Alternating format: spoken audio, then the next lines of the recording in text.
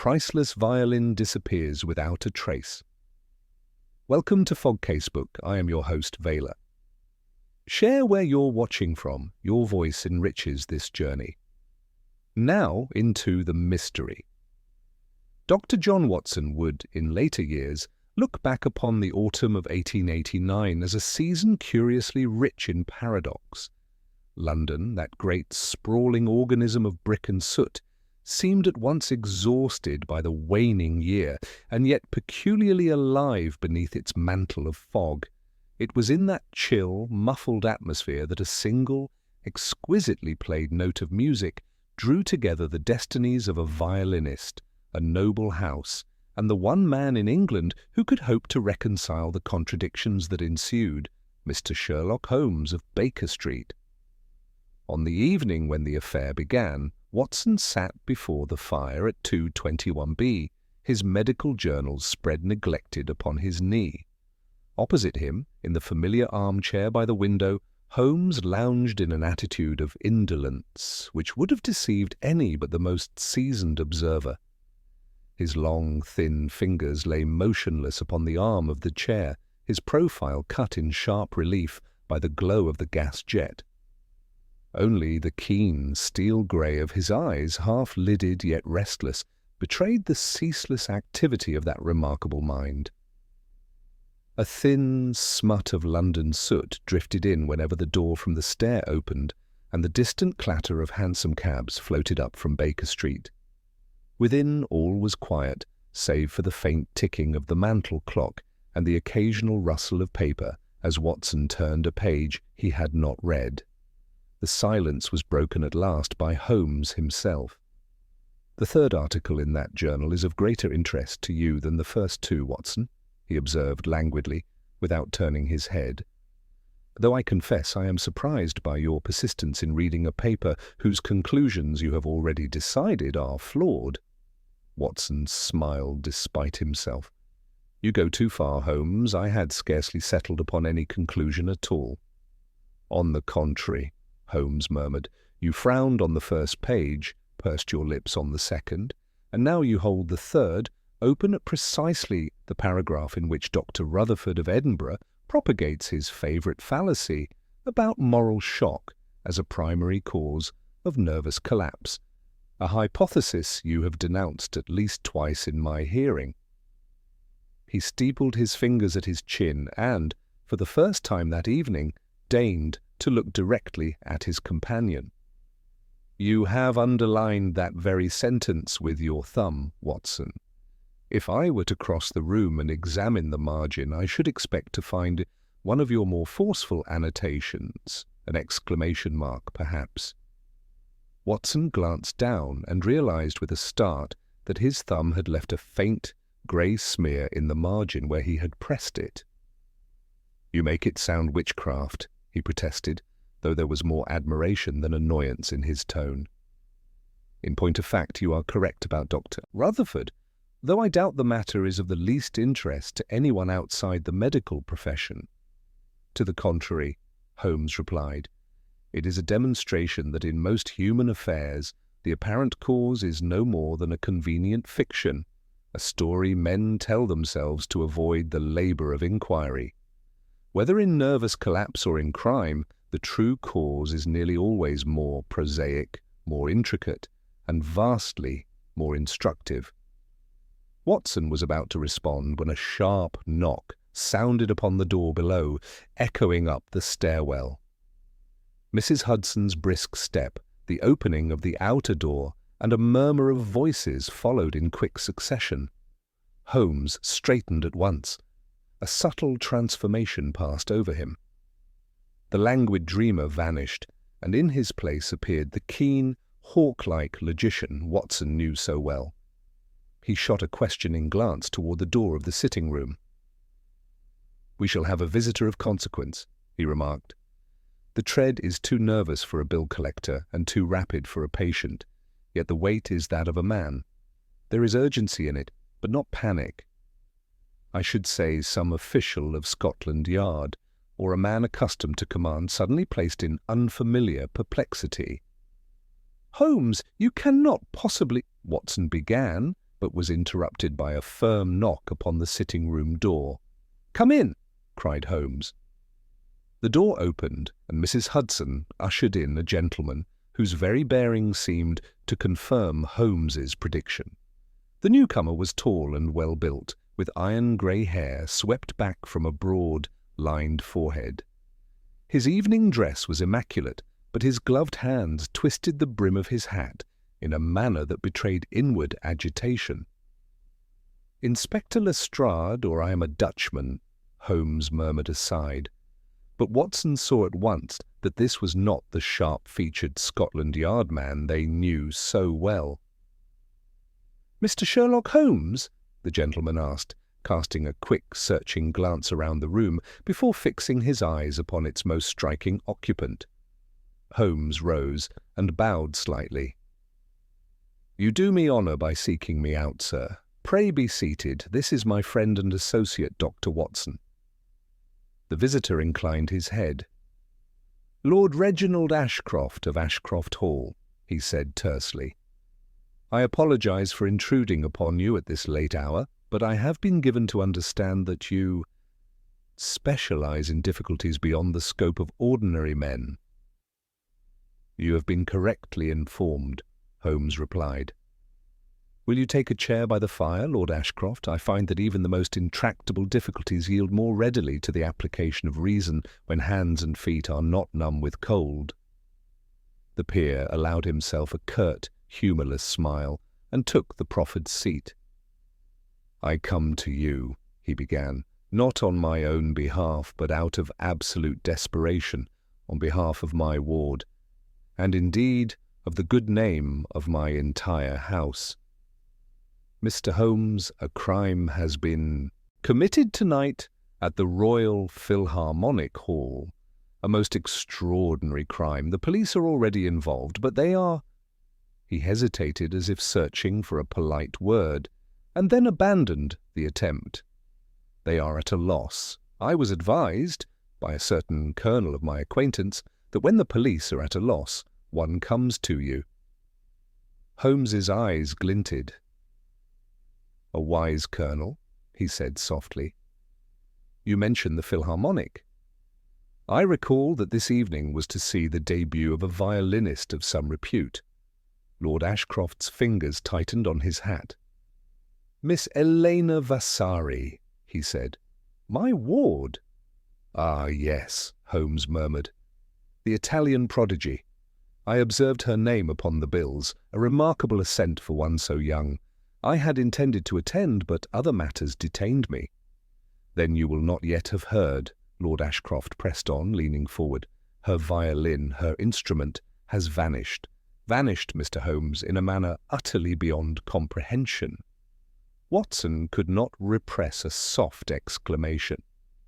"A violin," he repeated. "Surely such a theft is within the ordinary scope of the police. An instrument may be pawned, concealed, passed to an accomplice." "You misunderstand, Doctor," Lord Ashcroft broke in. "This was no common violin. It was a Guarneri, an heirloom of my family, loaned to Elena for her performances under the strictest conditions. It is valued at a sum I scarcely dare to name, but it is not its price that drives me here. It is the manner of its disappearance." Holmes settled back in his chair, his gaze now fixed upon their visitor with the intentness of a hound that has at last caught the true scent. "Pray be precise, Lord Ashcroft," he said quietly. "In matters of this sort, the smallest detail often proves the key." Lord Ashcroft drew a slow breath. After the second movement there was to be a brief interval. Elena retired to her dressing-room with the violin. I was with her, as was her accompanist and the conductor for the evening. She placed the instrument in its case with her own hands and locked it. I saw her do it. I then locked the dressing-room door myself and placed the key in my pocket. There was a minor matter to attend to with the hall's manager, and we descended together. Elena remained in the room alone, for she said she wished to compose herself. "You left her in a locked room?" Holmes asked. "Yes. When I returned no more than 10 minutes later, Elena was in a state of collapse upon the chaise. The violin case lay upon the dressing table, still locked. Yet when we opened it— His voice thickened. It was empty. The violin was gone. Watson stared in astonishment. You are certain the case was not tampered with? As certain as I am that I am standing in your rooms, Doctor. The lock showed no sign of damage. The dressing-room door had remained locked, the key in my possession the entire time. There is a window, but it is barred with iron and opens upon a narrow air shaft 3 stories above the ground. No man could have entered or left by that route without breaking his neck or the bars. Holmes had closed his eyes, his long fingers interlaced. And Miss Vasari? He asked. In what condition did you find her? Pale, shaking, half hysterical. She swore she had not left the room, had heard no one at the door or window, and had not so much as touched the case after placing the instrument in it. She clung to me, begging me to find it, insisting that her career, her honour, even her safety would be ruined if word of the loss spread. You see, Mr. Holmes, the violin was not insured. I had trusted in the precautions. A trust which appears to have been misplaced, Holmes murmured. And the police? I sent at once for the manager, who insisted that nothing of this nature had ever occurred under his roof. He summoned the house staff, and we searched the corridors, the wings, the orchestra pit, everywhere. The chief inspector himself soon arrived. He suggested the girl had, in a fit of nerves, misplaced the instrument, or— Lord Ashcroft's jaw tightened, or colluded with some confederate to dispose of it. The implication that Elena was a common thief drove her into such distress that I forbade further questioning. So the police suspect your ward, Watson said slowly. They do, Lord Ashcroft replied bitterly. And there are others who will suspect her soon enough. There was an incident last year in Milan, a quarrel over a contract, a rumour of impropriety. Old gossip, but gossip has a longer memory than fact. If the violin is not found, the scandal will not stop at her. Holmes opened his eyes. They were alight now, as Watson had often seen them when some knotty problem presented itself. You speak of the impossibility of this disappearance, Lord Ashcroft, and indeed at first, hearing it seems a formidable puzzle, a locked room, an untouched case, a missing object of great value, a familiar pattern, and yet each new instance has its own peculiarities. He rose and crossed to the mantel, where he took up his clay pipe and turned it thoughtfully between his fingers. Tell me, who had knowledge that the violin would be present at the hall this evening? Beyond yourself, Miss Vasari, and perhaps the conductor? Many, I fear, Lord Ashcroft admitted. The instrument was mentioned in the programme notes. There are collectors who attend any concert at which such a violin is played. Some had even asked to examine it after the performance. Ah, said Holmes softly, we pass from the realm of simple theft to that of a more specialized appetite. Musical connoisseurs can be as unscrupulous as any jewel thief when an object of obsession is at stake. Watson saw the familiar signs of quickened interest in his friend. The faint flush at the cheekbones, the narrowed gaze, the almost imperceptible quickening of breath. You have come to me at an opportune moment, Lord Ashcroft, Holmes concluded. I have been, I confess, in danger of rusting for want of suitable employment. A vanishing violin, locked rooms, a distressed lady, and the heavy hand of official suspicion, all the elements of a tolerable case. He set his pipe down again, unlit. I shall require, to begin with, a visit to the Philharmonic Hall at once before the night disperses such traces as may remain. Dr. Watson will accompany me. Lord Ashcroft sprang to his feet. You will take the case, then? I will examine it, Holmes corrected calmly. Whether it proves a case worthy of my full attention remains to be seen. but I give you my word that I shall leave no relevant fact unconsidered." He reached for his coat. "One last question before we depart. Were there any, how shall I put it, personal entanglements in Miss Vasari's life which might bear upon the matter, rival suitors, professional jealousies, strained obligations?" Lord Ashcroft hesitated, his gaze flickering momentarily toward the floor. "There is a certain gentleman," he said at last, "a patron of the arts, Signor Marco Bellini, who has shown Elena marked attentions. I have not encouraged them. He was present this evening." Holmes' expression did not change, but Watson, who knew him, detected the faintest sharpening of interest. "Indeed, I look forward to making Signor Bellini's acquaintance. Come, Watson, the night wears on."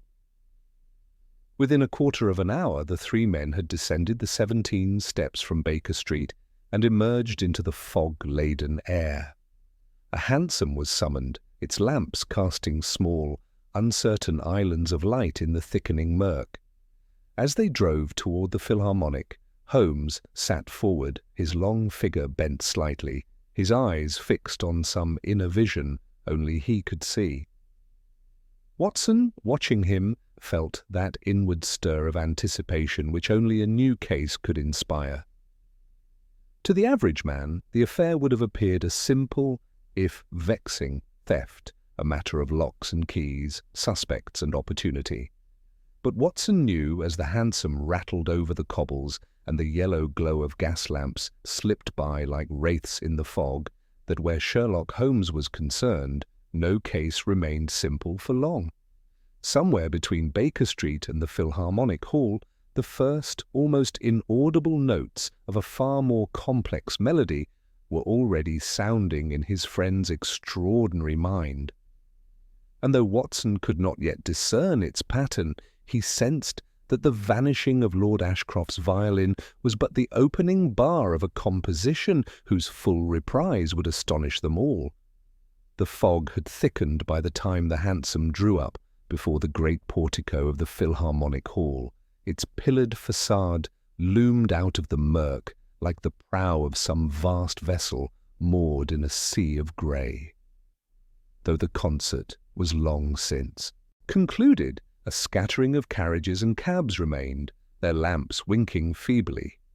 A knot of onlookers lingered by the entrance, talking in low, excited tones. Lord Ashcroft led the way inside with the air of a man forcing himself to repeat a distasteful experience. The corridor beyond the vestibule smelt of extinguished candles, damp wool, and the faint, lingering sweetness of perfume.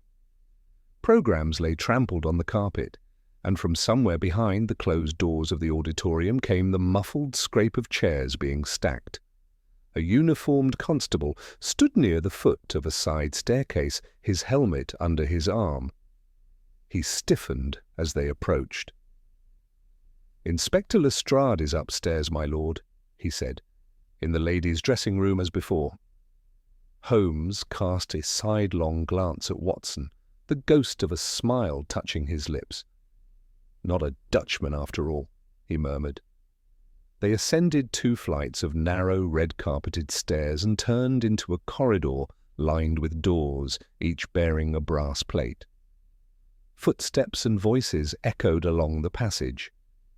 As they neared the far end, one door stood open, and in its frame, arms folded, thin face set in a mixture of suspicion and relief, was the unmistakable figure of Inspector Lestrade of Scotland Yard. "So it is you, Mr. Holmes," Lestrade said. "When Lord Ashcroft stepped out so sudden, I had my suspicions where he was bound. Evening, Dr. Watson." "Good evening, Inspector," Watson replied. "I trust we do not intrude." "That depends," said Lestrade dryly, "on whether Mr. Holmes intends to assist in the matter or only to criticize it afterwards." "Your work is rarely so perfect as to spare you my criticism, Lestrade," Holmes returned, but there was no malice in his tone. "In this instance, however, I shall be exceptionally gentle, provided you allow me 10 minutes' undisturbed examination of the room, exactly as it stands." Lestrade hesitated. then stepped aside with an impatient gesture. "You'll find it much as it was when we arrived. We've taken statements, but I've kept the scene itself, as you like it, untouched." Holmes inclined his head in acknowledgement and passed into the dressing room. Watson followed, taking in at once the smallness of the chamber. It was scarcely more than a box, lit by a single gas jet and a dressing lamp with a pink shade. A large mirror dominated one wall, flanked by drooping bouquets of congratulatory flowers. A chaise longue occupied the corner nearest the door, and a narrow window, barred horizontally, was set high in the opposite wall. Beneath it stood a plain wooden chair. On the dressing table, before the mirror, lay an oblong leather case, its lid closed, the small brass key still in the lock. Holmes did not approach it at once. Instead, he stepped just inside the threshold and stood motionless, his head slightly bent, his eyes moving with swift, bird-like darts from object to object. "You enter first, Lord Ashcroft," he said abruptly. "Reconstruct for me, if you please, your own return to the room." The peer, visibly puzzled, obeyed. "I unlocked the door," he said, taking the few steps from the threshold to the centre of the room. Elena was there, on the chaise. The case was where you see it now. I went straight to her. She clutched at my arm, weeping. It was only when I asked for the violin that she pointed to the case. "And no one but Miss Vasari was present?" "No one." Holmes nodded, apparently satisfied, and then, with a sudden, almost playful lightness, crossed to the dressing table. "The case has not been moved since?" "Only opened and closed again," Lestrade answered. "We found it empty, as stated. I had it shut so we might consider the lock." Holmes bent over it. "An ordinary modern lock," he said, half to himself. "No marks upon the metal, no scratches about the keyhole. Pray watch closely, Watson." He took a handkerchief from his pocket, wrapped it carefully about his fingers, and turned the key. There was a clean, smooth click. Lifting the lid, he revealed the interior. A bed of dark blue velvet, moulded to receive the delicate curve of a violin. The velvet showed the faint, lighter impression where such an instrument had long rested. Now it was bare. Holmes did not touch the lining. His gaze travelled slowly round the edges, then to the underside of the lid, where two small silk straps ran from brass fittings. He leaned closer, sniffed very lightly, and then straightened. "Curious," he murmured. "Very curious indeed." "What do you make of it?" Lestrade demanded. "I make of it that some things are absent which should be present, and one thing is present which ought to be absent," Holmes replied. "At this stage that is enough." He turned away from the table, his attention shifting to the window. Standing upon the wooden chair, he examined the bars, running one long finger along the iron. He stooped to peer out through the narrow gap into the darkness of the air shaft, then dropped lightly back to the floor. "Dust undisturbed," he remarked. "No rope, no tool, no mark of recent tampering. You were quite right, Lord Ashcroft. No one entered here that way tonight." He next knelt to inspect the threshold and the corridor immediately beyond, crawling on hands and knees with total disregard for his clothes. Twice he paused to pluck some invisible speck from the carpet, which he transferred to an envelope from his pocket. Watson saw, too, that he examined the gas jet, the waste-basket beneath the table, and even the stems of the bouquets, his nostrils flaring as if scenting some elusive odour. At last he straightened and dusted his hands. "Well, Lestrade," he said cheerfully, "you have at least the satisfaction of knowing that your locked door is a locked door indeed. Whoever desired that violin did not pass in or out in any commonplace fashion." "Then we are left with the young lady herself," Lestrade retorted. "There's no other conclusion. She alone was in the room. The violin disappears, the case is empty. I have seen many a clever dodge to smuggle valuables away, Mr. Holmes. A musician's case would serve as well as any." Holmes regarded him with mild amusement. "My dear Inspector, you leap to a conclusion as a man leaps to a train he is in danger of missing. You may arrive where you intend, or you may find yourself clinging to a rail, bruised and disappointed. For the present, I advise you to keep an open mind." His gaze flickered once more to the empty velvet cradle. "This is not, I think, a case of a simple theft," he added softly. "It is something subtler, a performance composed with more art than the music that preceded it.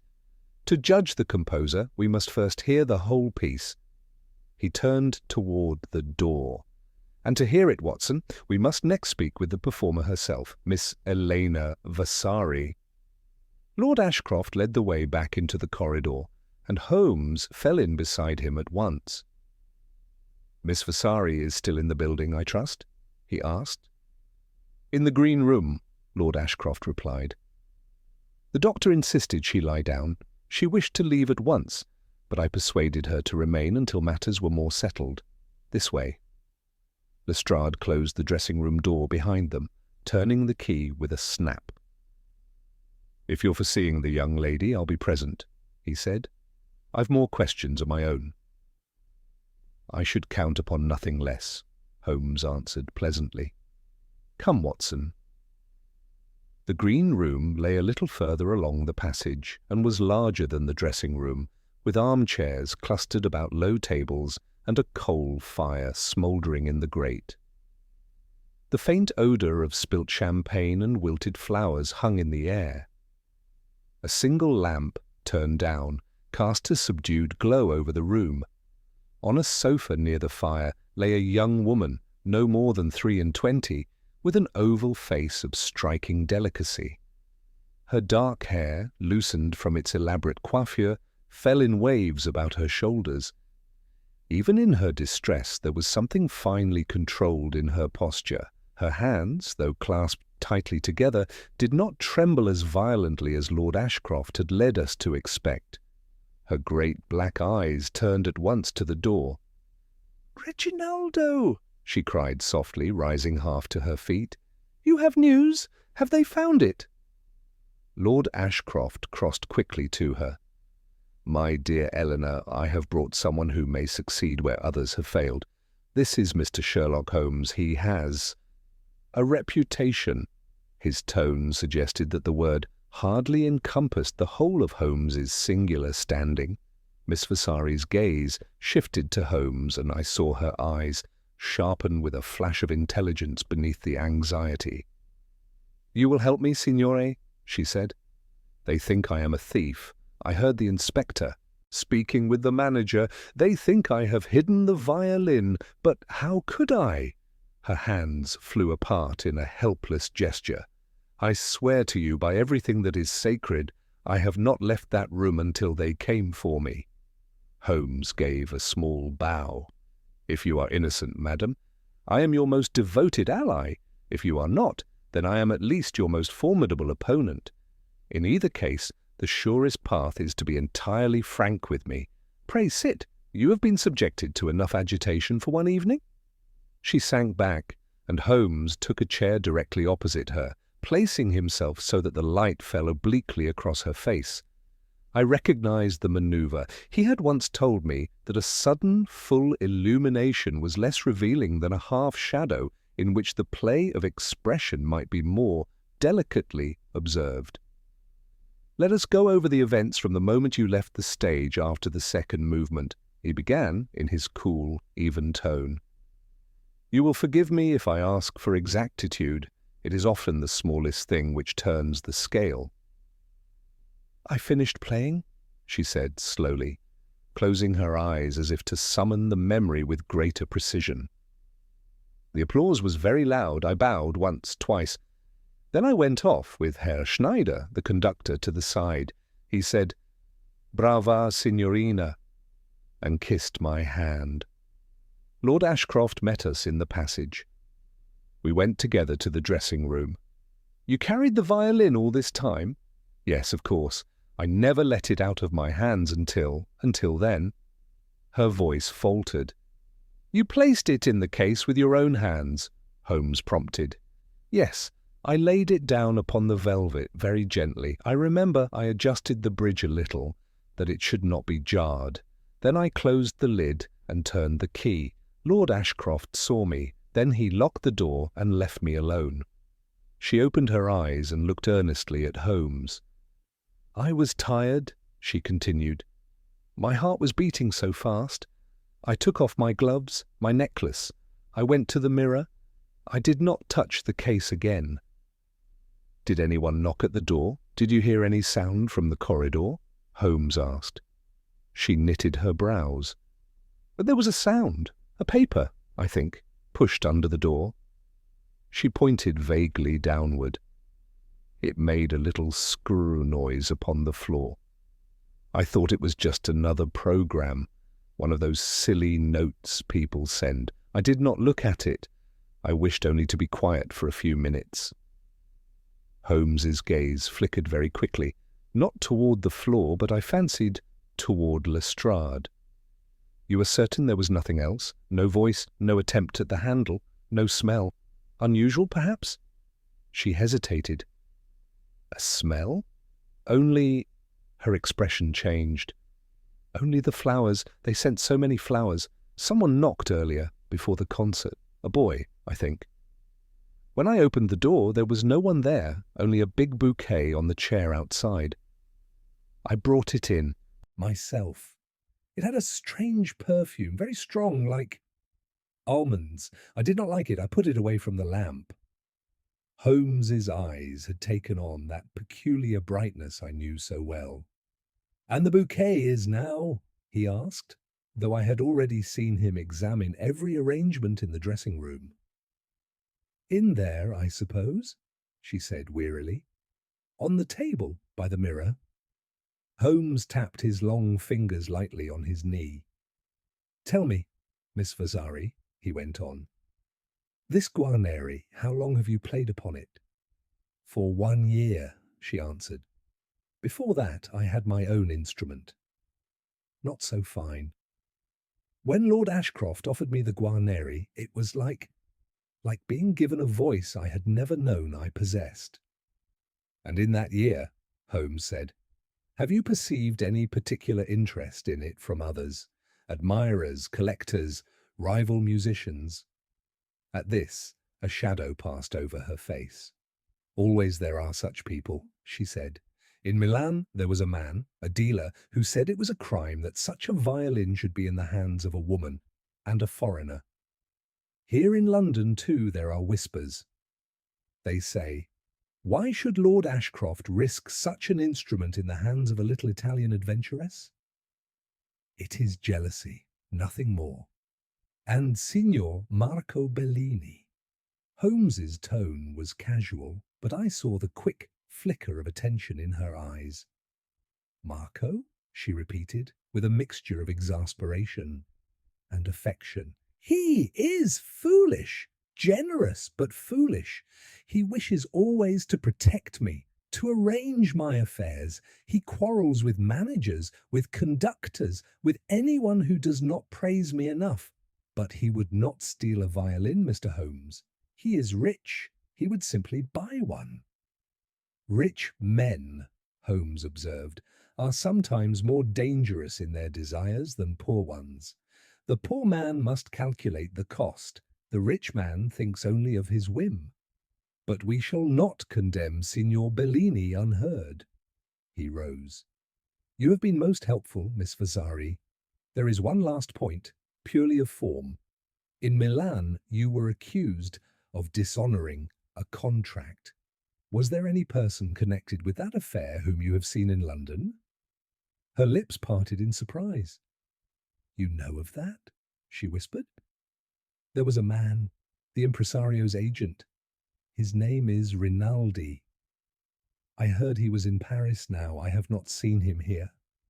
Holmes bowed slightly. I collect facts as others collect stamps, madam. It is a harmless, if occasionally startling, hobby. Rest now. I give you my assurance that we are far from the end of this matter. As we stepped back into the corridor, closing the door softly behind us, a figure detached itself from the shadowed end near the staircase. He was a dark, handsome fellow in evening dress, with a pointed black beard and eyes that smouldered with barely controlled emotion. "Lord Ashcroft," he said in a rich, accented voice, "is it true what they say, that they suspect her?" This is an outrage, a scandal. If the English police cannot protect the honour of a great artist, then by heaven I shall— "Signor Bellini, I presume," Holmes interposed gently. The Italian turned upon him with a sharp, appraising look, and in that instant I had the distinct impression of two keen blades crossing for the first time. Lord Ashcroft made the introduction with a stiffness which suggested old grievances barely suppressed. "Signor Bellini, this is Mr. Sherlock Holmes, whom I have engaged to inquire into tonight's occurrence." Bellini's dark eyes flashed from Lord Ashcroft's impassive features to Holmes's lean, ascetic face. For a heartbeat his expression was openly hostile. Then he inclined his head with a theatrical courtesy that sat oddly upon him in that bare passage. "So," he said, "yet another Englishman to question and accuse. Have you come to tell me that Elena is a thief, Mr. Holmes? It seems to be the fashion tonight." Holmes regarded him with a mildness that I had learnt to distrust. "On the contrary, Signor Bellini, I have come to listen," he answered. "It is a pastime at which we English, when we exert ourselves, can sometimes excel. You were present throughout the performance?" "In my box," Bellini replied shortly. "I did not stir until the interval. Then, when I heard there was some disturbance, that the violin was missing, I came at once. I found policemen running about like ants whose hill has been kicked, and your Inspector Lestrade here, already looking at me as though I had his silver watch in my pocket." "I look at everybody that way, sir," Lestrade said crisply. "It saves time." Holmes's lips twitched. "Let us save a little more. You are Miss Vasari's patron and friend. You take a lively interest in her professional affairs." "I have invested much money and more reputation in her success," Bellini returned hotly. "Yes, I take an interest." "And in the violin?" Holmes asked. "This Guarneri of Lord Ashcroft's, does it excite your interest also?" Bellini's gaze flickered, almost in spite of himself, toward the dressing-room door at the far end of the corridor. "It is a great instrument," he said. "Any man who loves music would wish to see it in the hands of a great artist, not locked in some English castle as a curiosity. But I am not a thief, Mr. Holmes. If I had wished to possess such a violin, I would have made Lord Ashcroft an offer large enough to satisfy even his pride." "You know its insurance value?" Holmes inquired innocently. "There is no insurance," Lord Ashcroft interposed coldly. "You are well aware of that, Bellini. You have reproached me with it often enough." "Then you see," cried the Italian, turning triumphantly to Holmes, "what sense would it make for me to steal it? Everyone in Europe knows of that violin and to whom it belongs. To sell it would be impossible. To keep it hidden would be a crime against art. No, if you wish for a thief, look among those who care more for gold than for music." Holmes was studying him intently. From where I stood I could see that he had observed, as I now did, a small pale smear on the cuff of Bellini's left sleeve, as if some powdery substance had brushed it. A crushed petal, brown at the edges, clung to the black cloth near his wrist. There was, too, about him a faint, cloying odour which I could not at first place until I recalled Miss Vasari's description in the green room. Almonds. "You were not in the corridor near Miss Vasari's room during the interval?" Holmes asked with an air of idle curiosity. No, Bellini said sharply. I told you. I came only when I heard there was trouble. That is not quite accurate, Lestrade put in. One of the ushers saw you arguing with the hall manager by the stage door just before we were called. He says you were demanding to see Miss Vasari at once. Bellini's nostrils flared. I wish to congratulate her, he said. Is that a crime in England? It is not, Holmes said smoothly before Lestrade could retort. But accuracy is a virtue in all countries. You will forgive me if I attach some weight to it. Pray, one last question, Signor Bellini. Did you send Miss Vasari any flowers this evening? He hesitated, then shrugged, with a show of indifference. Of course. A small bouquet, nothing compared to the great display of Lord Ashcroft. The boy at the stage door took it. I did not carry it myself. Now, if you have finished, I will go to her. She needs a friend, not more questions. You shall see her presently, Holmes replied. For the moment, I must ask you to remain at the disposal of Inspector Lestrade. He has, as you will have observed, a very tenacious memory. Bellini muttered something in Italian, bowed stiffly, and moved away a pace down the corridor, there to stand glowering, hands clenched behind his back. Holmes watched him go, then turned quietly to Lestrade. You have not, I presume, found any paper in Miss Vasari's room? He asked. A note slipped under the door, perhaps? No, I have not, Lestrade said. We went over the place inch by inch. There was no note of any kind. Interesting, Holmes murmured. Miss Vasari is very clear on the point. Either she imagined the sound, which is possible, though I think unlikely, or the paper was removed before your arrival. The latter supposes a person who entered after Lord Ashcroft left, and before you came, yet we have already established that no one used either door or window. Lestrade gave a snort. Unless the young lady removed it herself, that seems to me the plainest explanation. Plain? Yes, Holmes agreed. Whether it is true is another matter. Now the bouquet which exhaled such an overpowering perfume. Do you recall, Lestrade, one arrangement in particular, from among those I had the pleasure of examining? The big one with the lilies and white flowers, Lestrade said grudgingly. There was a card on it when I first went in, but Lord Ashcroft pocketed it. Because it was unsigned, Lord Ashcroft said. Merely from a friend. I took it to prevent foolish speculation. Quite so, Holmes remarked. The bouquet was delivered by a boy, according to Miss Vasari, and by your usher's account, Signor Bellini had business with the stage door shortly before the interval, and now we perceive on his cuff these traces of pollen and powder, with a perfume about him identical to that which so offended our young artist, a trifling chain of coincidences, no doubt. He smiled in a way that made Lestrade shift impatiently. You think he did it, then? The inspector demanded. Took the violin, I mean. I think, my dear Lestrade, that he has touched something connected with the case, Holmes answered. Whether that something is a bouquet of flowers, a scrap of paper, or the neck of a Guarneri remains to be seen. Before we can answer that, I must speak with the hall manager and the boy at the stage door. After that, I fancy our work here, for tonight at least, will be done. We found the manager in his office near the main entrance, a florid, harassed man who received us with a mixture of deference and resentment, as though the scandal had been personally designed to ruin him. He confirmed that several deliveries of flowers had arrived during the afternoon, one of them anonymous, and that a page had carried them backstage. As for the boy, he had vanished in the confusion and had not yet been traced.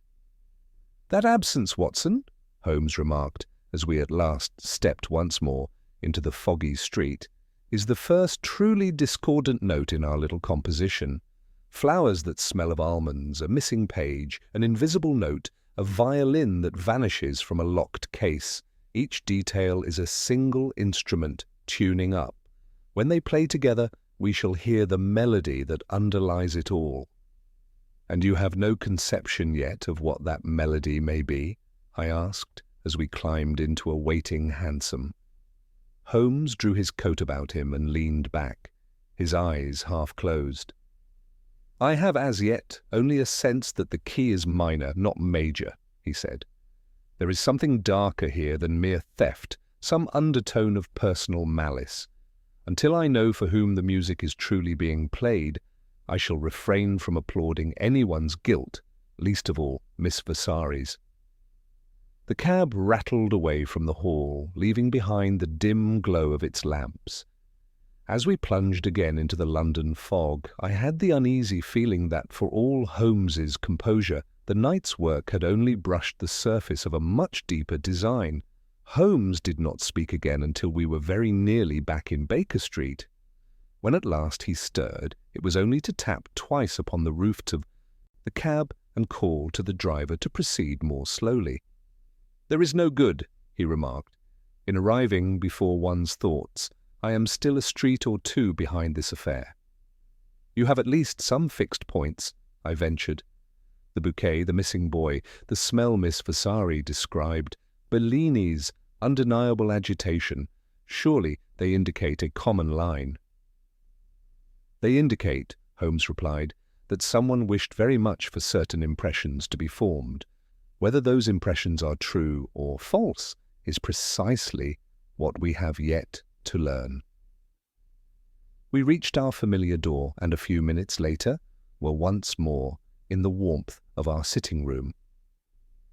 Holmes shrugged off his coat and went at once to the mantelpiece, where he laid out the small white envelopes he had filled at the Philharmonic.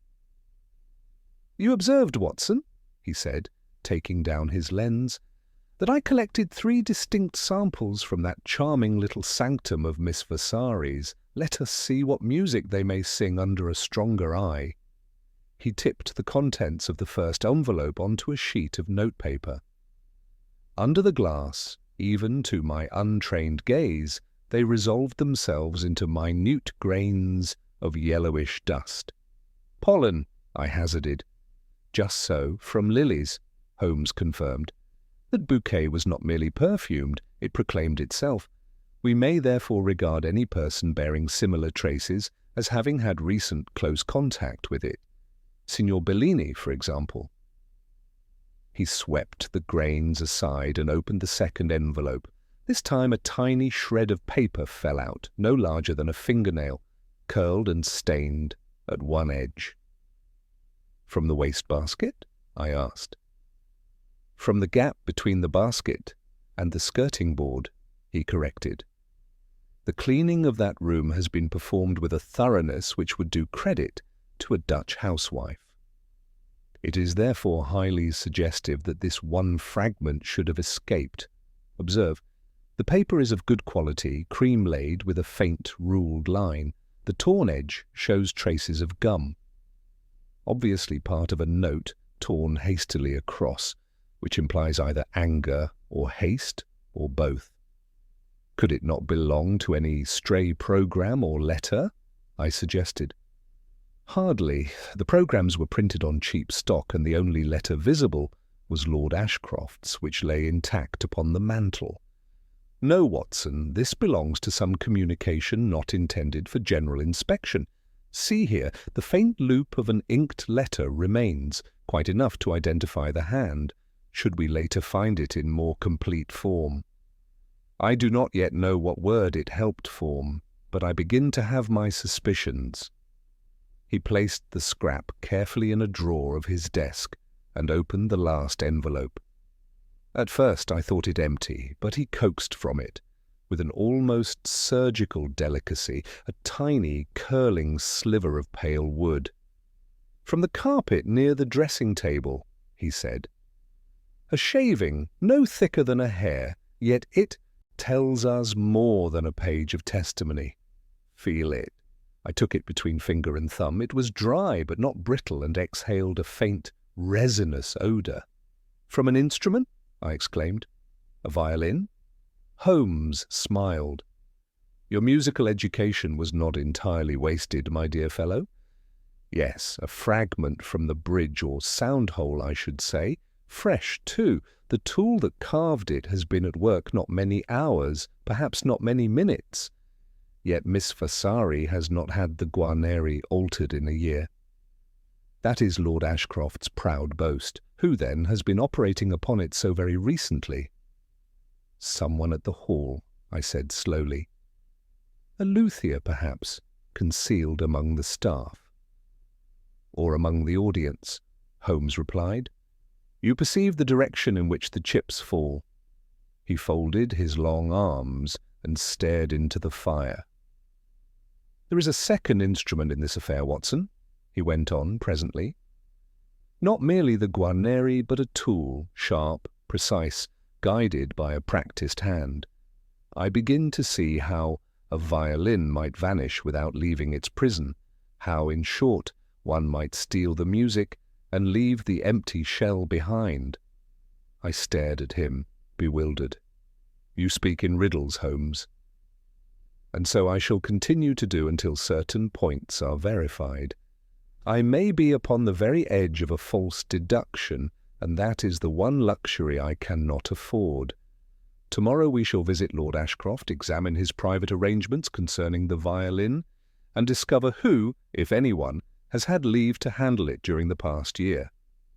In the meantime—" He yawned suddenly, the tension dropping from him like a discarded cloak.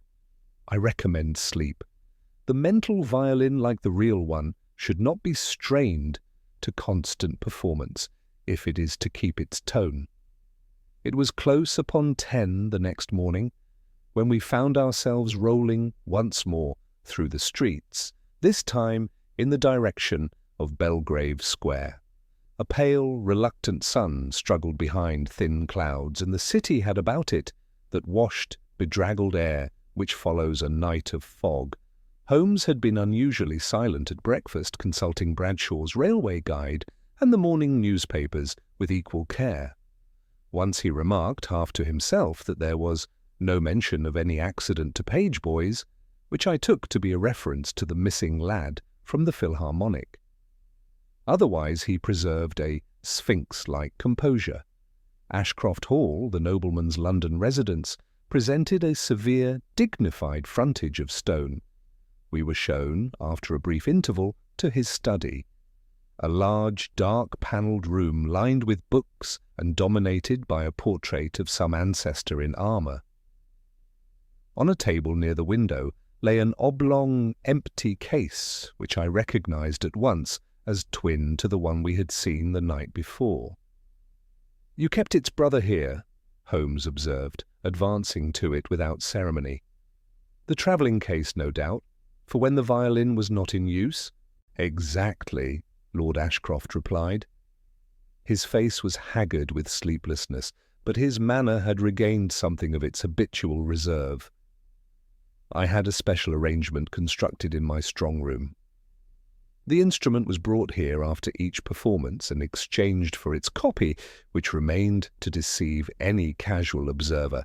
That copy is what you see before you." Holmes bent over it, and I saw his nostrils flare. "Deceive, yes," he murmured, "but not, I think, the person we are seeking.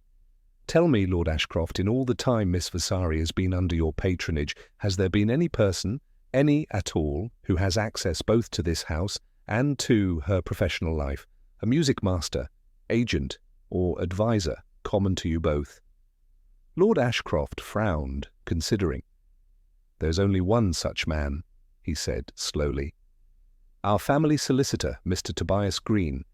He was instrumental in drawing up the agreement with Miss Vasari and in procuring the violin from the continent. Beyond him, no one." "Indeed," Holmes said softly. "Then I suspect, before we are done, that we shall make Mr. Green's acquaintance, and that he will prove a more interesting figure than his profession usually permits." Lord Ashcroft received this suggestion with a slight start, as though the name had brought some unwelcome association to mind. "Green?" he repeated. "He's a careful man, certainly, and, if I am frank, somewhat officious, but utterly respectable, Mr. Holmes. His father served my father before him. I cannot imagine what interest he could have in this deplorable business." Holmes's expression was one of polite indifference. "My experience," he remarked, "has been that imagination is the last faculty which should be consulted in such matters. We will confine ourselves, if you please, to fact. Before we visit Mr. Green, however, there is another piece of your property which I am anxious to examine, the strong room you mention." Lord Ashcroft hesitated for the briefest instant, then crossed to the bell-pull and rang. "My butler, Mason, will attend us," he said. "He has charge of the household keys." A few moments later, a grave, respectable man with iron-grey whiskers entered, received his master's instructions with a bow, and led the way from the study, along a passage hung with sombre portraits, and down a short flight of stone steps to a heavy iron door set almost invisibly into the panelling. "The strong room, sir," Mason announced. Holmes' face had assumed that alert, impersonal expression I knew so well. He examined the locks, the hinges, the jamb of the door, and the stone flags before it with the same care he had devoted to the dressing-room at the Philharmonic. "No marks of forcing," he observed. "You keep no watchman here at night, Mason?" "No, sir. The shutters and bolts are considered sufficient, and there is always a footman sleeping in the hall above." "The key to this door is in whose custody?" Holmes asked. Mason produced a small ring from his pocket. "His lordship has one, sir. Mr. Green, the lawyer, has a duplicate for business hours. This is the household key, used for plate and such. They are never out of our possession." "Except, perhaps, when they are," Holmes murmured. "Pray admit us." The interior of the strong room was smaller than I had expected, a sort of fortified closet, lined with steel-fronted drawers and shelves. The air within was cool and very dry. There were piles of neatly tied parchments, a few jewel cases, and, in a recess at about the height of a man's chest, a narrow sliding tray with a padded hollow that would have exactly accommodated a violin. Holmes went straight to this recess. "Here, then, the Guarneri reposed between performances," he said. "When was it last here, Mason?" "Yesterday afternoon, sir," the man replied. "I myself placed the case there when it was brought from the hall.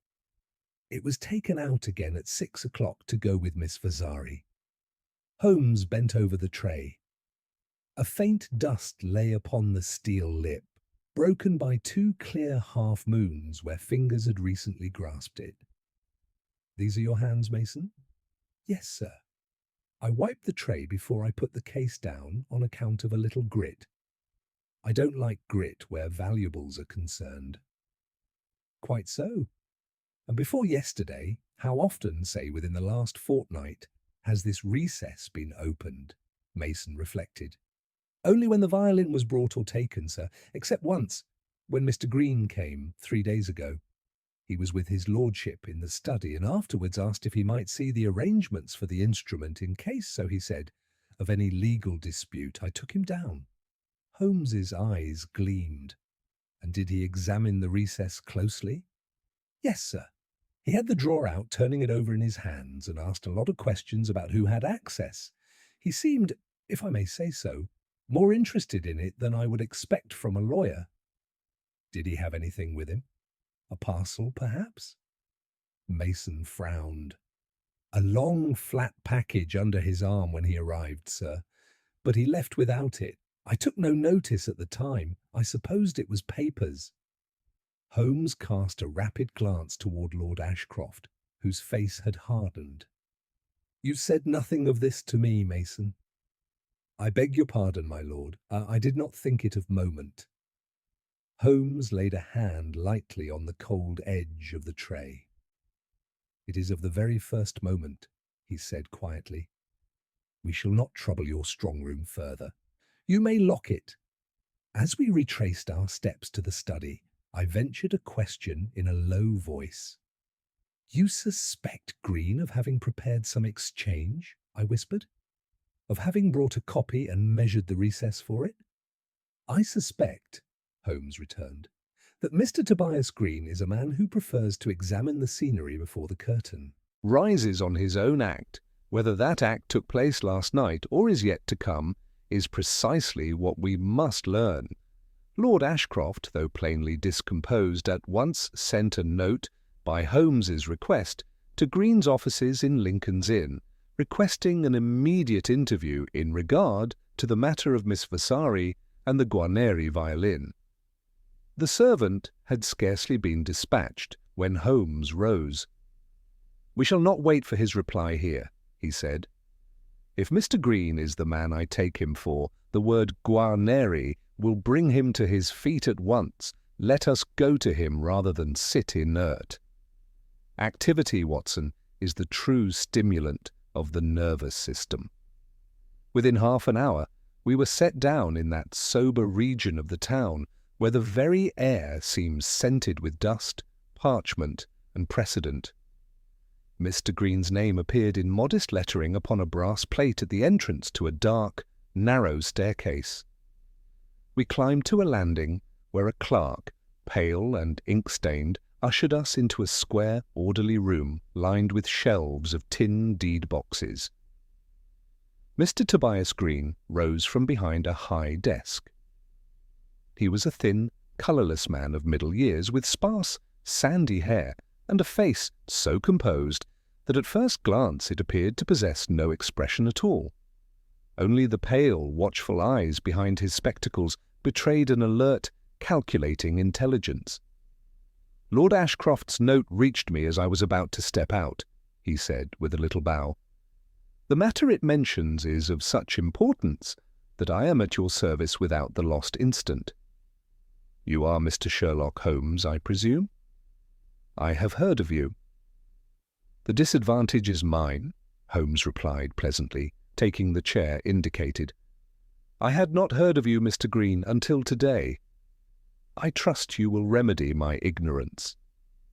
Green's thin lips parted in a brief, dry smile. "There is little to tell. I have had the honour of managing Lord Ashcroft's affairs for the past 12 years. The violin was purchased through my agency from a gentleman in Vienna, whose title and circumstances made discretion imperative. The conditions were delicate, but were satisfactorily concluded."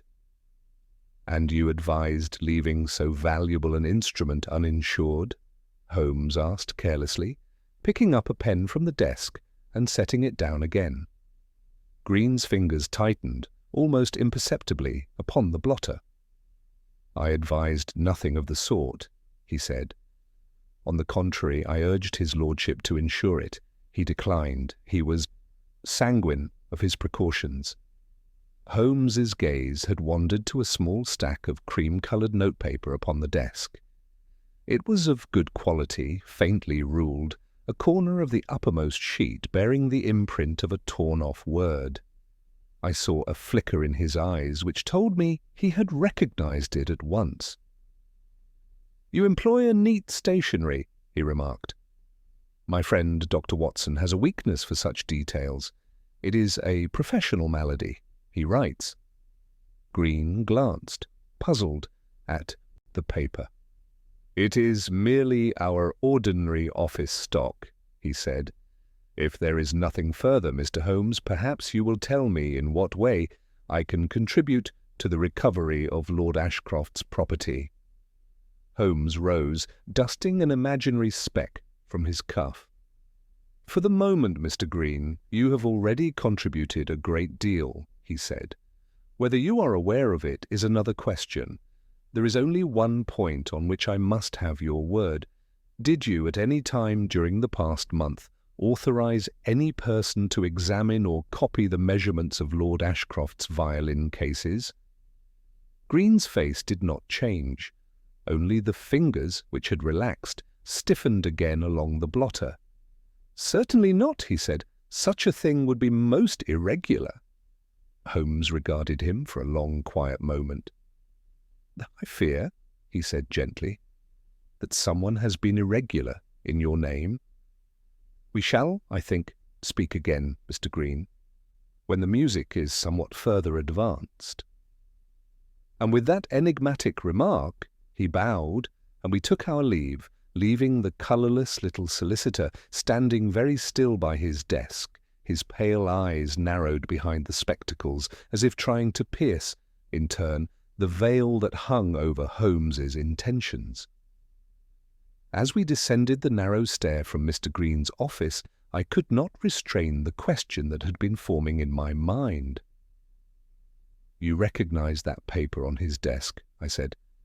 It was the same as the fragment from Miss Vasari's room. "Precisely the same," Holmes replied. "Same weight, same ruling, same creamy tint. Our torn scrap once formed part of a sheet bearing Mr. Green's letterhead." "But he denied authorising any such use," I protested. "Just so. Therefore either Mr. Green is an untruthful man, or someone has found it convenient to clothe himself in his stationery as another would in his coat. In either case, the fact is illuminating." We had reached the street. Holmes stood for a moment upon the pavement, his gaze travelling not along the grey prospect of Lincoln's Inn, but inward to some private diagram only he could see. "Consider, Watson," he went on quietly. "We have a locked room, a violin that vanishes, a bouquet that smells of almonds, a missing page boy, a solicitor whose paper strays into a prima donna's dressing room, and an Italian patron whose cuff is stained with pollen from the wrong flowers. The pattern is not yet complete, but certain lines begin to declare themselves. You speak as if you saw your way clear. I see, rather, several ways which may be clear or may prove blind alleys. My task for the moment is less that of the hound than of the huntsman, to drive the quarry into the open. For that, we must first know what has already been done." We were not destined, however, to reach Baker Street before enlightenment of a sort overtook us. As our cab turned into Oxford Street, a telegraph boy on a bicycle skimmed, perilously close to the wheel, waving frantically. Holmes signalled the driver to stop, and the lad, dismounting, thrust a buff envelope up to the window. "Mr. Sherlock Holmes, sir. They said I'd find you going this way. Message from Scotland Yard." Holmes tore it open. I saw his eyes travel swiftly down the few lines within, and the faint tightening at the corners of his mouth. "Ha ha!" he exclaimed, with a flash of animation. "The second movement, Watson. Our little symphony is progressing." He handed me the slip. It was from Lestrade. Page from Philharmonic found unconscious in Mews off Shaftesbury Avenue early this morning. No money taken. Strong smell of bitter almonds about clothes. Now at Charing Cross Hospital. Boy states he was engaged last night to carry flowers. A note to Vasari room. Says man who paid him warned him keep quiet or lose place. Suggest you attend. Lestrade. Bitter almonds again, I muttered. The same odour Miss Vasari noticed in the bouquet. "And on Bellini's person," Holmes added. "We shall not go home yet, Watson. Charing Cross cabman, and as quick as your horse can manage it." The boy lay in a narrow bed by the ward window, a small, freckled creature with the pinched look of London's underfed youth. A nurse stood beside him, and at the foot of the bed, making notes in a small black book, was Lestrade. He greeted us with a curt nod. "You're just in time, Mr. Holmes. He's only been properly conscious the last half hour." Holmes approached the bedside with a gentleness which always surprised those who knew only his colder aspect. "Well, my lad," he said, "you have had an adventure. I am told you carried flowers to the Philharmonic last night." "Yes, sir," the boy whispered. His voice was hoarse, and there were dark shadows beneath his eyes. "Bloke gives 'em me at the stage door. Says, 'For the signorina as plays, slip 'em into a room quiet, see? No need to bother nobody.'" "A man gave them to you," Holmes repeated. You did not bring them from the florist yourself? No, sir. Come up in a cab, he did. Had the flowers with him, and the envelope. Said I was to push that under the door after I'd set the bouquet inside. Holmes's eyes gleamed. And did you? Yes, sir. I knocked soft, like. But she don't answer, so I just opens the door a crack, pops the flowers on the chair by the table, and comes away. Then I shoves the envelope underneath like he said. You saw the lady? Holmes asked. No, sir. She was round other side of the room, I think. There was light under the door, but she never spoke. Very good. Now this man, describe him to me as if you were earning a shilling a word. The boy frowned with the effort of recall. About your height, sir, he said at last, glancing at Holmes. Not so thin, fairish hair, going light at the temples, clean-shaved, had a soft voice, talked nice, like a toff what's been rubbed down a bit. Not foreign, sir, proper English. Holmes shot me a swift, meaningful glance. Spectacles? He asked. The boy shook his head. No, sir, leastways not then. He might have had 'em in his pocket, wore a dark overcoat, good cloth, smelt a... He hesitated, making a face. Oh, them sweet things as ladies has, almond rock like. The bitter almond scent again? I murmured. Holmes's attention did not waver. And afterwards? He prompted. How did you come to be lying in the mews? The boy's hands clenched upon the coverlet. I'd done what he asked, he said. Was just slinking off when he come up behind me in the passage and slips a coin into me hand. Not a word, mind, he says. You've done very well. If anyone asks, you never saw me. Then he says, Here, have a sweet, lad. You look all in. He pulls out a little lozenge from his waistcoat pocket, white, like. Tasted queer. Bitter, not proper sweet. Next thing I know, I'm waking up in the dark and some coppers pouring water over me. A very pretty method, Holmes observed softly. A small dose of some prussic acid compound, I fancy, enough to stupefy, not to kill. Our man is careful. He had no wish to add murder to his other enterprises. Lestrade snapped his notebook shut. He's an infernal scoundrel, whoever he is, he said. We've no more than that to go on. A fair man in a good coat who smells of scent. That might be half London. Half London does not know the arrangement of Miss Vasari's room, Holmes replied. Nor does it carry notes written on Mr. Green's paper. No, Lestrade, our circle is narrower than you think. You connect this fellow with Green, I whispered, as we moved away from the bed. I connect him, Holmes answered, with a man who has had recent access to Green's office, and who is at pains to appear English, not foreign. It is often a man's concealments, not his advertisements, which betray him. But who sends the note? I pressed. And what could it contain? A warning, perhaps, or a threat, or instructions. Until we recover more of it, we must content ourselves with speculation, which is the opium of the intellect. I prefer facts. We left the hospital and stepped back into the chill, bright street.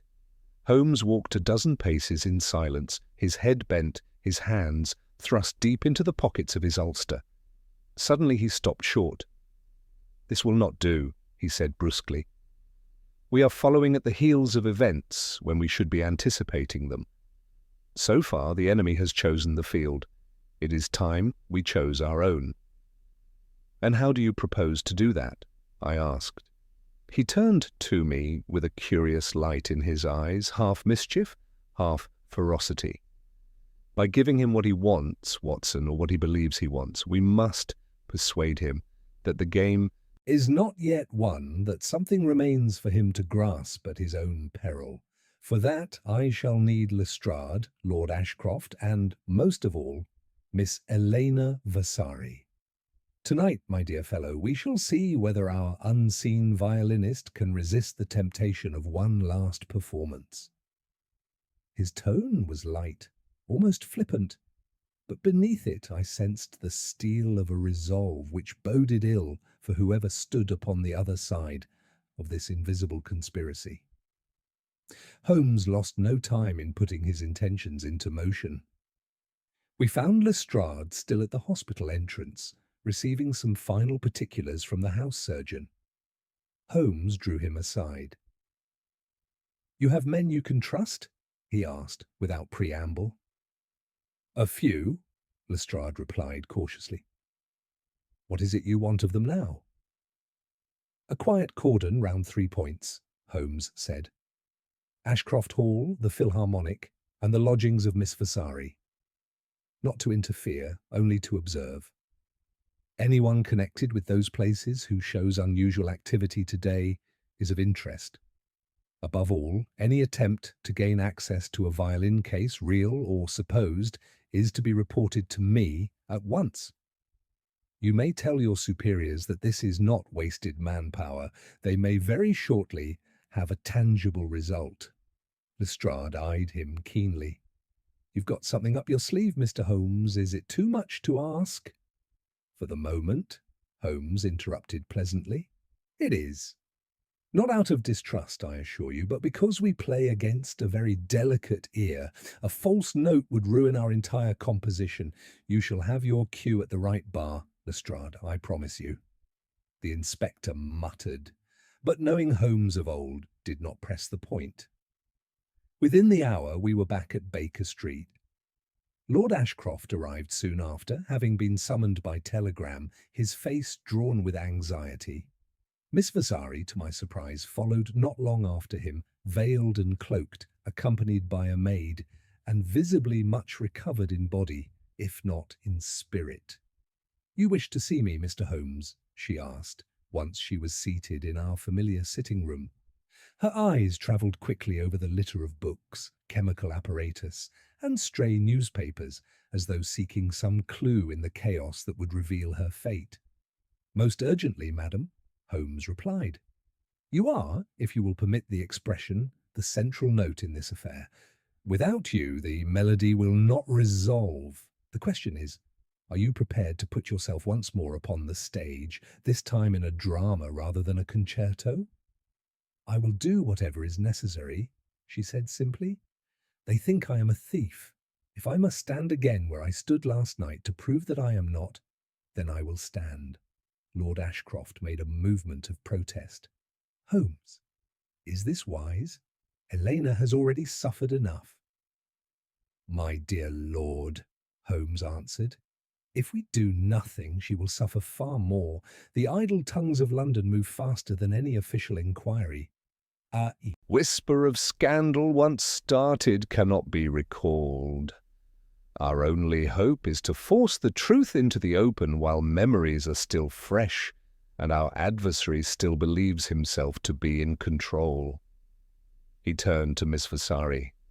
"Last night," he said, "someone went to great trouble to make it appear that you were the only possible agent in the disappearance of the violin. They locked you in, sent you flowers and a note through the agency of an innocent boy, and removed all trace of that note before the police arrived. They wished you to be isolated, frightened, and easily discredited. But there is one thing they did not anticipate." "And what is that?" she asked. "That you would be brave enough to repeat the scene," Holmes replied. "We shall have another interval, another locked dressing-room, another violin case, though its contents will be of my choosing, not theirs. This time, however, the doors and corridors will not be quite so empty as they appear." Comprehension dawned slowly in her expression. "You wish to lure them back," she said softly. "To make them try again." "Exactly. Our friend, whoever he may be, has gone to elaborate pains. He has measured cases, studied strong rooms, bribed boys, prepared poisons. Such a craftsman does not abandon his work lightly. He believes that something still remains to be gained, perhaps the real Guarneri, perhaps some document connected with it. We must persuade him that tonight offers his last, best chance." Lord Ashcroft's hand tightened on the arm of his chair. "And if he comes armed?" he demanded. "If he attempts violence?" Holmes's eyes grew very cold. "Then he will discover that the law is nearer than he thinks. Lestrade will have his men placed where they can intervene at the first sign of danger, You, Lord Ashcroft, will be in the manager's office at the Hall, ostensibly to confer about compensation for the scandal. Signor Bellini will be invited to attend a private rehearsal. He will not resist the opportunity to ensure that all our most obvious suspects are under one roof. As for myself—" He broke off, his lips curving in that thin smile which always set my nerves on edge. "As for myself, Watson, I have a small engagement with a pot of grease paint and a very old suit of clothes. The Philharmonic is not so familiar with their fourth violinist as to object if he appears a trifle taller than usual." "Holmes!" I exclaimed. "You mean to place yourself among the orchestra?" "We're better to observe without being observed," he returned. "Our man may enter by the front, by the stage door, or by some route of his own devising, but he must pass, sooner or later, within sight of the wings and the passage to Miss Vasari's room. A humble musician, tuning his instrument and minding his own business, attracts no attention." "It is dangerous," Lord Ashcroft protested, "if they suspect—" "If they suspect," Holmes said evenly, "then they are more foolish than their current record suggests. No, I think they will come and they will act because they believe themselves cleverer than everyone around them. It is a common failing of intelligent criminals." Miss Vasari rose, her face pale but resolute. "Tell me what I must do," she said. "You will do precisely as you did last night," Holmes answered. "You will arrive at the Hall an hour before the supposed rehearsal. You will go to your dressing-room, take out your music, and prepare. You will bring your own instrument, the lesser violin you used before Lord Ashcroft lent you the Guarneri. In the case that resembles his, there will be something else, not the real treasure, but enough to convince an intruder that he has succeeded." "And what is that something else?" I asked. Holmes's eyes met mine. "A very admirable copy," he said, so admirable that no man could distinguish it in a hurried glance. "Lord Ashcroft has obligingly supplied it. Our friend may congratulate himself upon his triumph until he attempts to profit by it." "Then you already know who he is?" I burst out. "I know," Holmes said slowly, "the sort of man he is. Tonight, if all goes well, I shall know which face that sort wears. Till then, Watson, pray look out your revolver. I do not anticipate needing it, but one never knows when a false note may sound in an otherwise harmonious plan." And so it was that as dusk settled once more over London, we found ourselves returning to the scene of the vanished violin. Not as bewildered investigators, but as players in a drama whose final act Holmes himself had composed, and whose climax, for good or ill, the coming hours would surely bring. It was near 7 o'clock when our cab once more drew up before the familiar portico of the Philharmonic. The fog of the previous night had given way to a keen, clear cold. The lamps shone steadily in the crisp air, and the building seemed less a ghostly hulk than a fortress of stone and light. Yet for all the outward brightness, there was, to my mind, a greater tension in the air than on the night of the concert itself. Holmes had already undergone his transformation in Baker Street.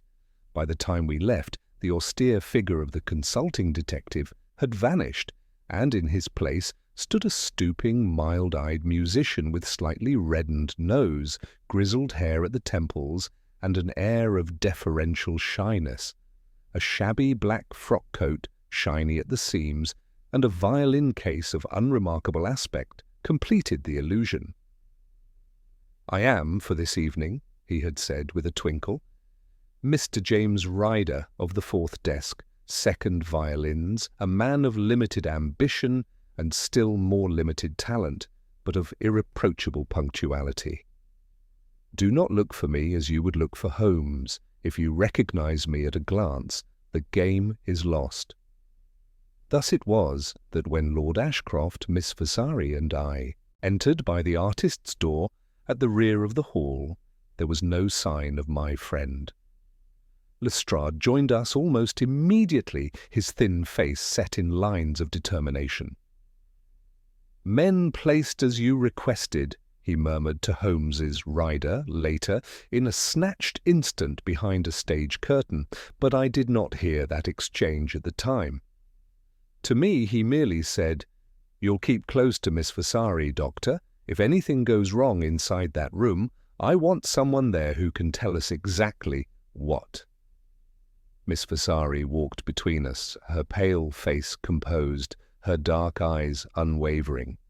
She carried her own lesser violin in one hand, the other, more imposing case, the twin to Lord Ashcroft's, had been brought ahead and already awaited her in the dressing-room, its deceptive contents arranged according to Holmes's instructions.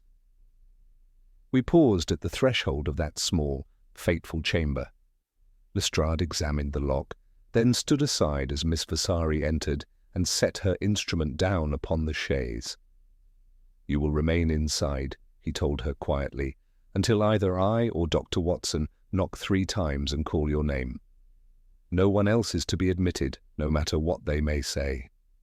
She inclined her head. "I understand." Her eyes met mine for an instant. There was fear in them, but also a steady courage which moved me deeply. Then the door closed, and I heard the key turn in the lock under Lestrade's hand. "Keep this, Doctor," he said, dropping it into my palm. "If our man intends mischief, he'll have to work for it." He left me then, going off to confer with the manager and to place his men. Lord Ashcroft had already been conducted to an office on the far side of the stage.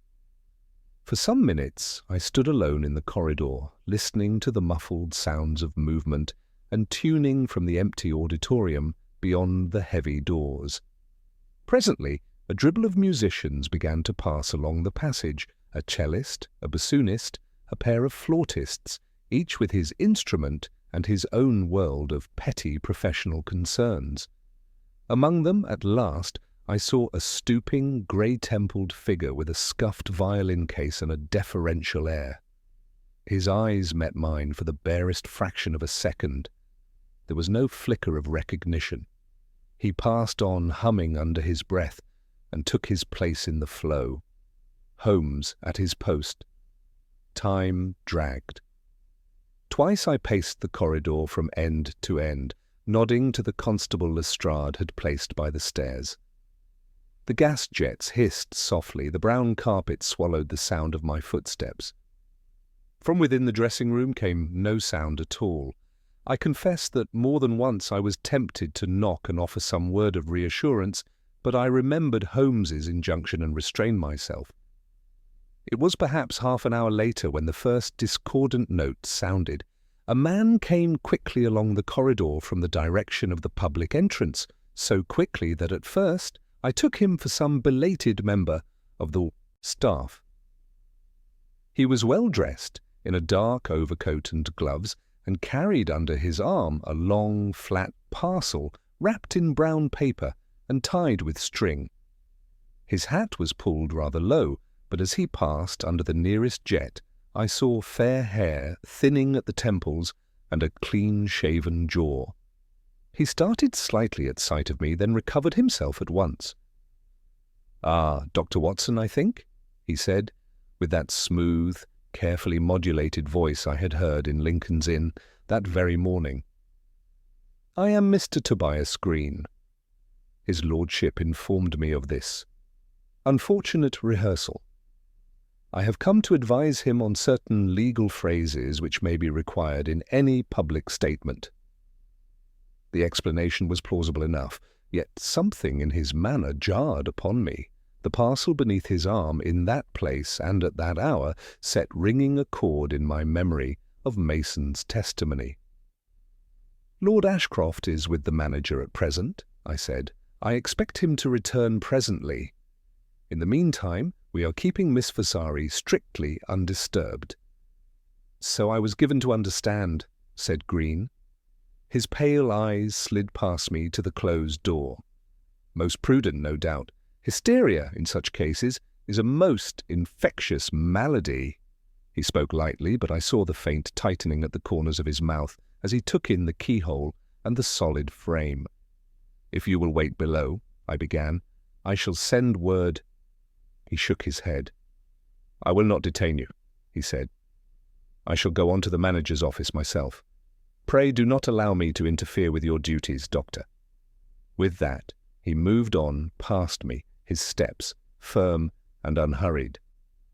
I watched him turn the corner and disappear in the direction he had indicated. For a moment I felt almost ashamed of my suspicion. After all, Green had every reason to be present.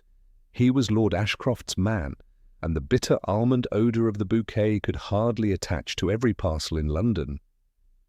Yet, as the seconds ticked by and my ear caught the distant rise and fall of the orchestra beginning to tune, a disquiet I could not wholly justify settled more heavily upon me. Holmes had spoken of someone who examined strong rooms before the performance of their own act. Green had done precisely that. A man had used his stationery to summon a page boy and drug him.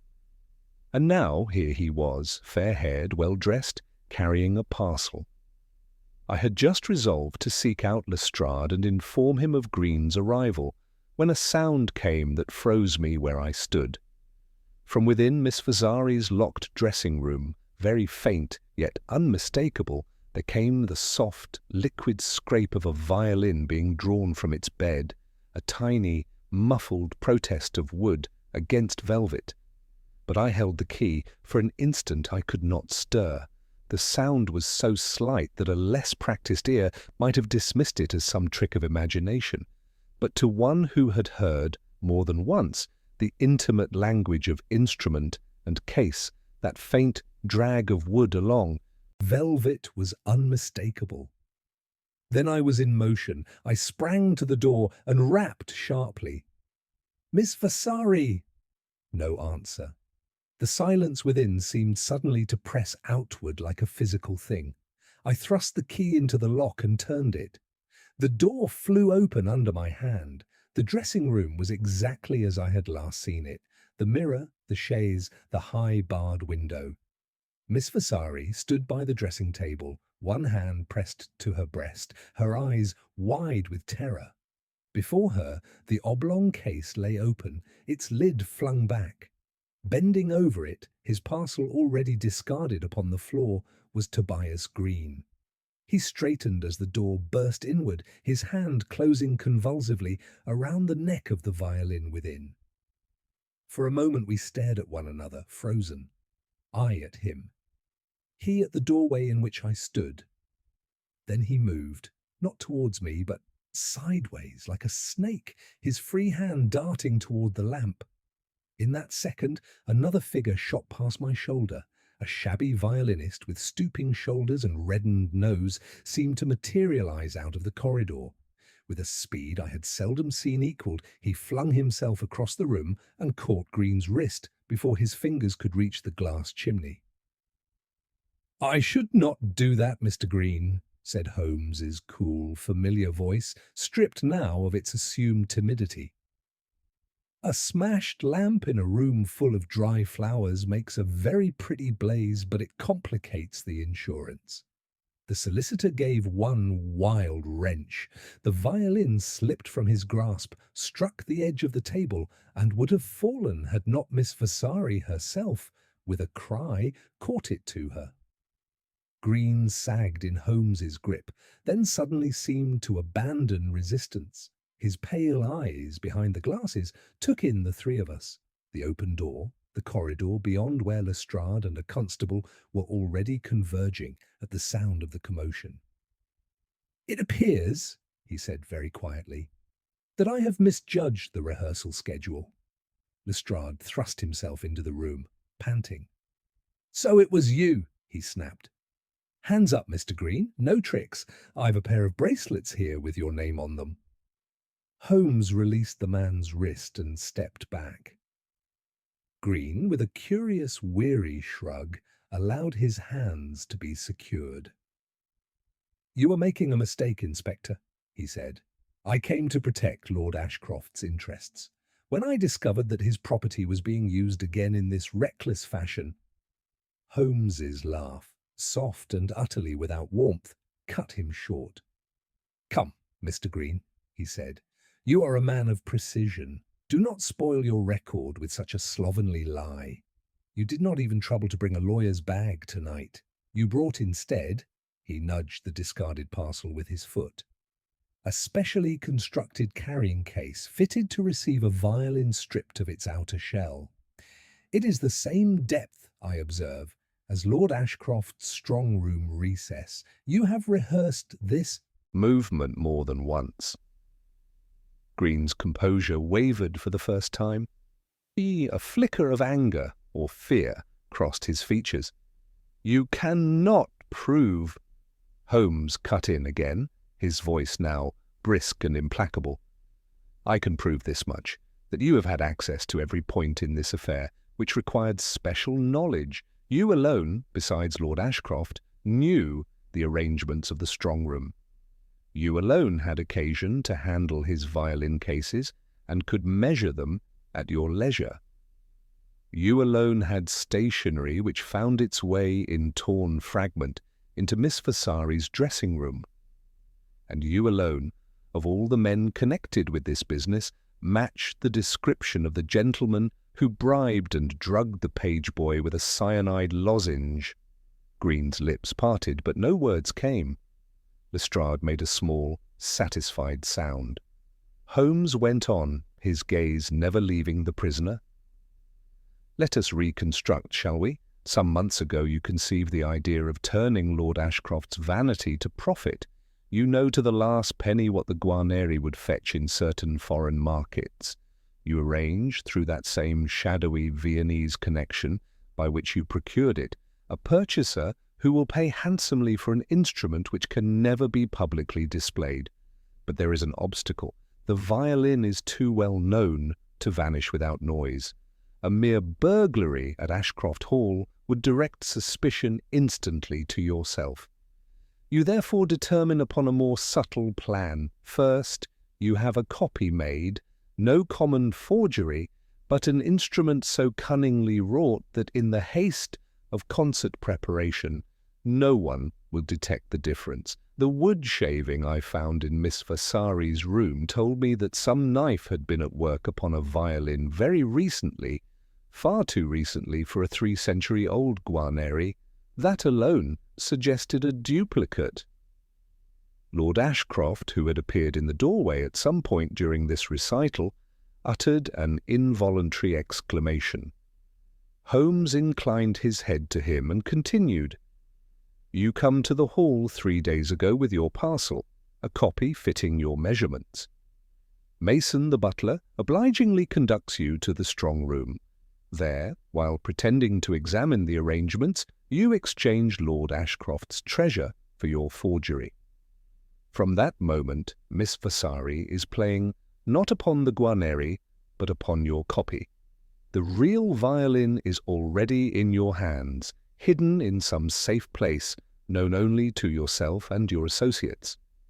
Yet, to vanish so great a work of art without explanation would arouse questions.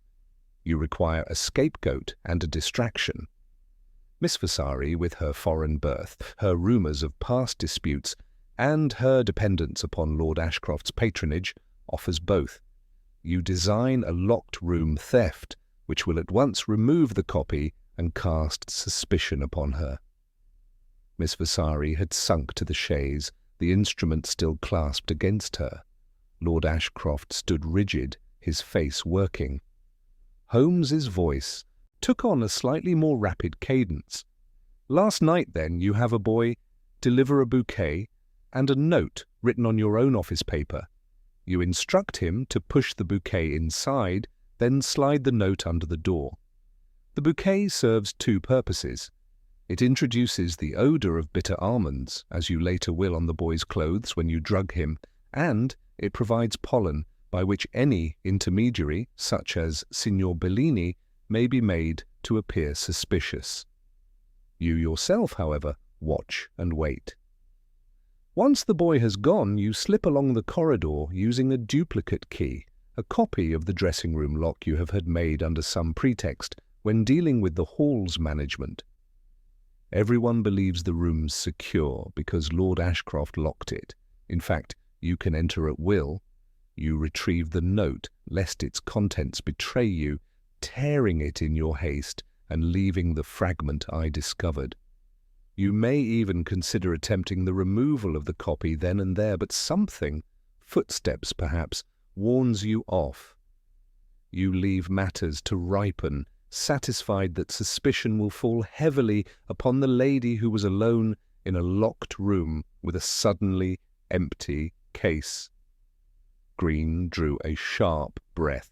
You have no evidence of this alleged duplicate key. On the contrary, Holmes returned, we have your presence in that locked room tonight. The door was secured with Watson's key at 7:10. He has not left the corridor, yet you stand here caught in the act with the case open before you. Unless you have learned to dematerialize, Mr. Green, some more prosaic method of entry must exist. Lestrade, when your men search him, you will, I think, find a small key filed a trifle finer than its brothers. Lestrade made a sign. The constable ran a practised hand over the prisoner.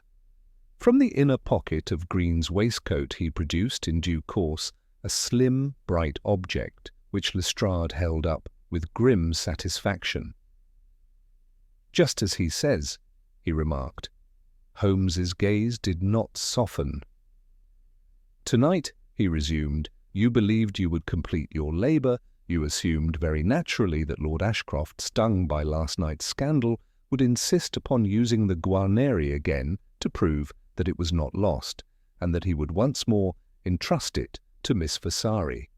You came equipped, therefore, with another of your ingenious carrying cases to spirit it away. You did not know that, thanks to Lord Ashcroft's candour and Miss Vasari's courage, we had already ascertained that the Guarneri was no longer in play, that your copy had been detected and used as bait. He turned slightly, indicating the violin still clutched in Elena's hands. That instrument, Mr. Green, is your forgery, a very handsome piece of work, but not the treasure for which you risked so much. You have broken into a locked room to steal what is already stolen. For the first time, Green's precise composure crumbled. A flush crept up his thin neck. His eyes darted wildly from face to face. If I have done all this you allege, he burst out, where is your proof that I still have the original? Without that, your case is nothing but conjecture. I am a lawyer, Mr. Holmes. I know the value of evidence. Holmes's expression softened very slightly. You are a lawyer, he said, and you misread the temperament of collectors. The man in Vienna who sold Lord Ashcroft his Guarneri did so under conditions which have not altogether ceased to bind him. He is not eager to see his name in an English dock. When I telegraphed him this morning with certain questions, his reply was most illuminating.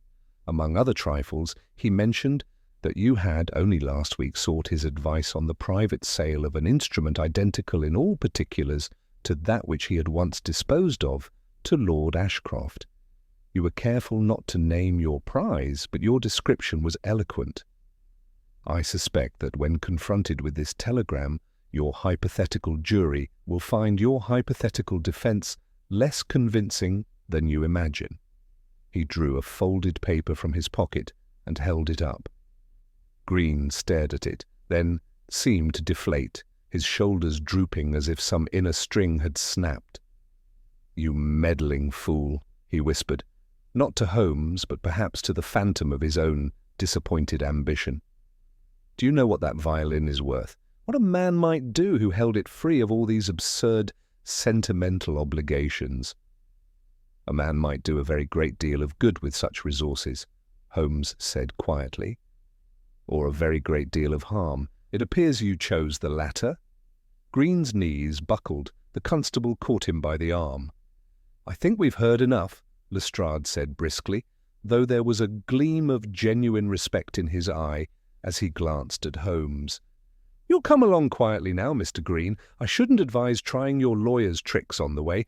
My men are not a receptive audience. They led him out, his steps slow and dragging.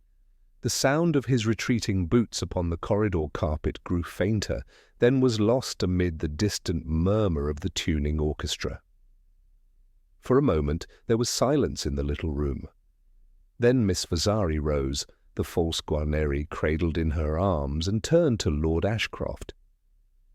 "So I have been playing on a lie," she said softly. Yet the music was still true. Lord Ashcroft's stern face worked.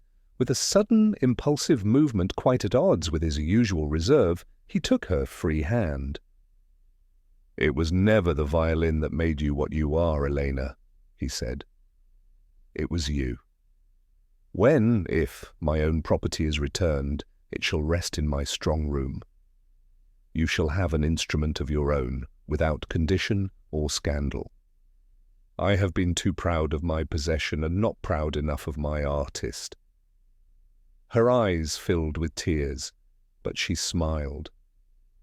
Holmes, who had turned to retrieve his discarded wig, and grease-paint rag, glanced back with that half-amused, half-wistful expression I had sometimes seen when affairs of the heart intruded upon his intellectual domains. "I think, Watson," he remarked as we left the hall some time later, "that our vanishing violin has played its last mischief. Green will no doubt attempt to entangle the matter in legal subtleties, but with Lestrade in possession of the facts and the instrument-makers of London at our call, I fancy his web will not hold." "And the Guarneri?" I asked. "Do you believe it will be recovered?" Holmes shrugged within his coat. "In time, perhaps. Such objects cannot vanish altogether. They are like great cases. They leave echoes in the world, if one has an ear to hear them. But whether it returns to Lord Ashcroft or not, the true injury has been repaired. Miss Vasari's good name is restored. The sting is drawn from the scandal. That, in this instance, is of more weight than any piece of wood, however venerable." We turned into Baker Street. The familiar windows of our rooms shone out into the night. "You had guessed Green from the first?" I ventured. "From the moment I saw his paper upon the desk," Holmes replied lightly. "Before that, I merely suspected the existence of a mind like his somewhere in the background. It required the bouquet, the boy, the shaving of wood, and Mr. Green's own punctilious visit to the strong-room to put a face to it. After that, the rest was a simple matter of providing him with a suitable opportunity and a suitably inadequate reward." He smiled faintly. "It is astonishing," he added, "how often a criminal, given the choice between a safe retreat and one more throw of the dice, will choose the latter. Vanity, greed, the artistic sense, call it what you will." "And you?" I asked, as we mounted the 17 steps. "What is it that drives you to your own elaborate compositions?" Holmes paused with his hand on the doorknob, his profile outlined against the lamplight. "The love of a perfect solution, Watson," he said. "The music at the end of the page. When the last note falls into its proper place, there is a satisfaction which no applause and no Guarneri can equal." He opened the door, then glanced back with a sudden, almost boyish gleam. "Besides," he added, "it is as well that I should keep my hand in. One never knows when some more formidable melody may begin in the fog outside, and it would be a pity to be out of practice when it comes." With that, he strode into the sitting-room, already reaching for his own battered violin. And as the first thin, pure notes rose into the warm air of Baker Street, it seemed to me that the case of the vanishing violin had ended as all true mysteries should, with discord resolved, injustice exposed, and the strange, haunting music of Holmes's mind returning once more to its accustomed, restless harmony.